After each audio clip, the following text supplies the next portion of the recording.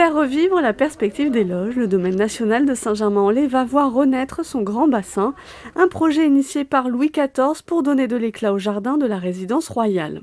L'enjeu principal, si vous voulez, c'est la restauration d'une image très forte qui est celle de la perspective de le nôtre, qui avait été dénaturée par la disparition du bassin.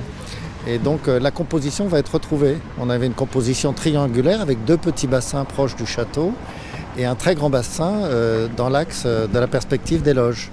Des travaux débutés il y a déjà plusieurs mois avant la recréation du bassin. La première pierre a été symboliquement déposée le jeudi 12 janvier. Un chantier rendu possible grâce à l'arrivée du tram 13 et une correspondance avec le RER A.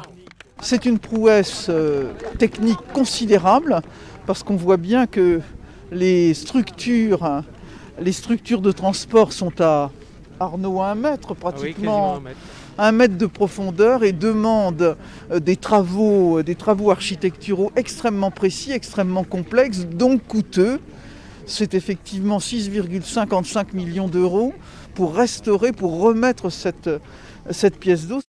Le projet voit le jour grâce à un financement collectif. Le ministère de la Culture, la ville de Saint-Germain-en-Laye, le département des Yvelines, la région Île-de-France et des mécènes privés.